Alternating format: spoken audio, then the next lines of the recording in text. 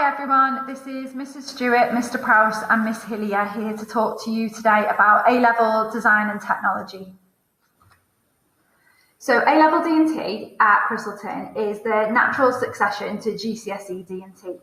We use the AQA exam board and it has a very similar layout to the GCSE course that you will have done.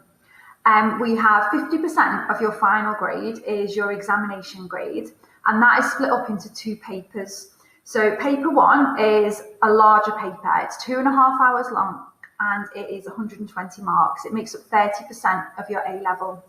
Paper two, usually a week or two later in the exam kind of timetable, is 1.5 hours long and is worth 80 marks or 20% of your A-level. We also have, like at GCSE, quite a big chunky coursework project worth half of your final grade.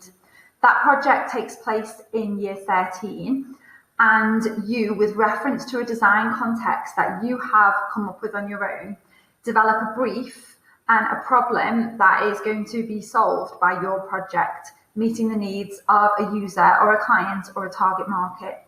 The project's usually about 45 pages long and includes all of the investigations, design work and development work, in addition to a range of prototypes leading towards the final prototype, which will go forward for testing and evaluation.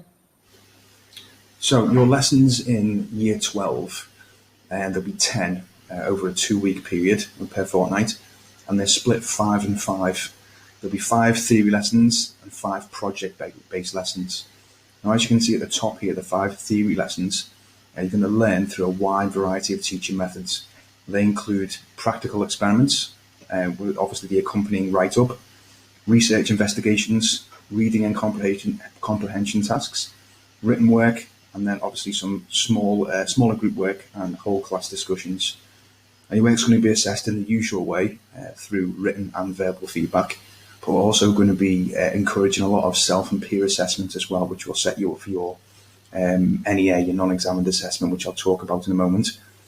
And obviously end of topic tests and project grades to give you and us an idea of where you're up to. Now your project-based lessons, which is obviously 5 per fortnight, they'll be in the form of 3 focused design tasks. I won't go into too much detail of what they are at the minute, but they are specifically designed to practice and to develop your skills in areas that we have noted to be weaker in sixth form students, or things that you may not have encountered at GCSE as much. So it really encourages you to develop those skills, including prototyping skills, accuracy, research, design and sketching skills, product development, testing and evaluation, with a real focus on development, which we'll come on to in a couple of slides' time. Now in year 13, students begin your NEA or your non-examined assessments or your coursework, your portfolio and your product around Easter time in year 12. This is a design and make project, which you'll be familiar with from GCSE, but the context is chosen by you for an external client. Now this obviously needs to be a real client, but it can be someone you know, maybe a family member or a company that you make contact with. But the fact that it needs to be a real client is super important. You're going to investigate the context in detail, coming up with a design problem that we obviously talk about a little bit. And you're going to follow the design process that you followed at GCSE, obviously a lot more detail, but with a real focus on development, which will come onto the mark scheme in a moment, but the development part is really important. You're going to develop and refine your idea, experiment with different materials, manufacturing processes. You'll obviously come up with a series of prototypes and a final prototype, and they're all going to be tested and evaluated with your client. It really gives students an opportunity to work independently, gaining valuable time and project management skills.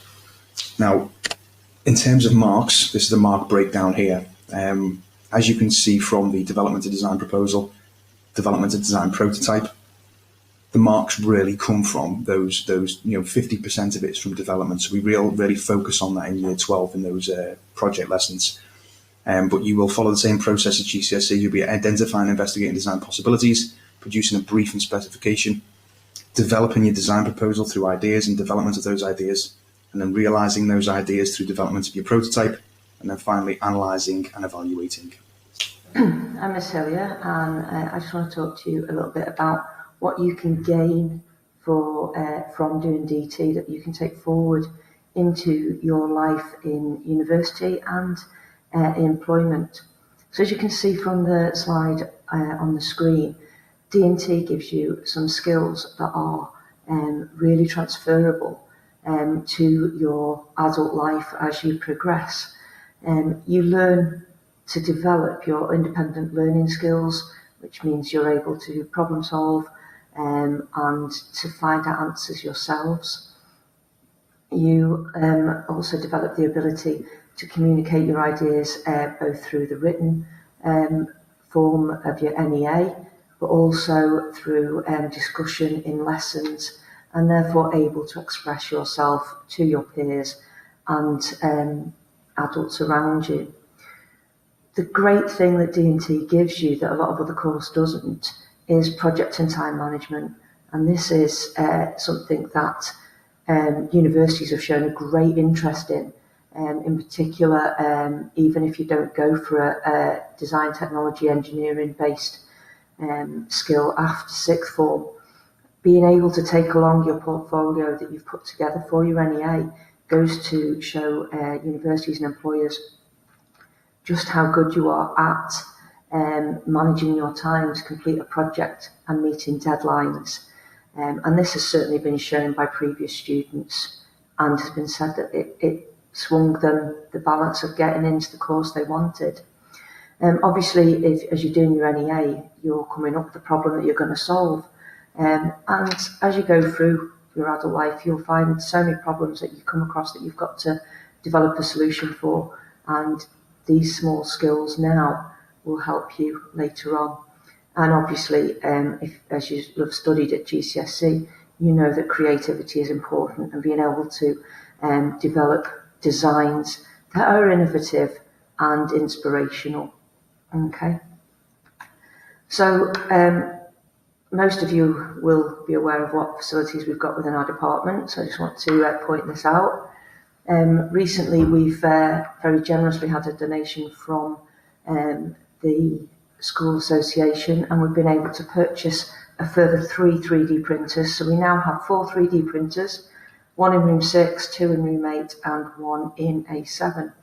And we've got the 2 laser cutters with that CAD-CAM area there. We've got a dedicated electronics room, 2 fully equipped workshops, and then the student study area, which is available for you to use in study periods. So I'd just like to leave this on, because all of these have been comments that students have given us from A-level about why they opted for our subject over others. And as you can see from that, there's a great wide range of reasons.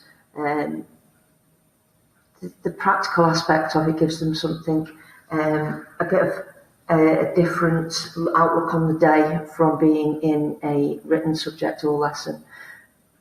So being able to do some practical work gives them that opportunity to be creative where other subjects may be less so. The fact that you've got the freedom to be able to choose your own product now. At GCSE, you were given 3 tasks to choose from. Well, at A-level, you're going to choose your own problem to solve, as has already been stated by Mr. Prowse. So hopefully you'll be able to enjoy that freedom in developing your own solutions to problems. So as you can see, there's a good few reasons, and obviously the last one there, love the teachers. Well, what can I say? It wasn't written by us, I promise. But hopefully, if you're contemplating taking our subject, those will be the reasons that you are thinking of D&T for A-level as well.